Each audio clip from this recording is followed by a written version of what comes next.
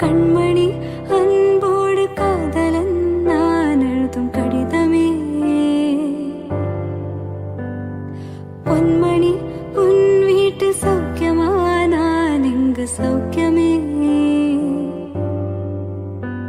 உன்னை எண்ணி பார்க்கையில் கவிதை கொட்டது, அதை எழுத நினைக்கையில் வார்த்தை முட்டது.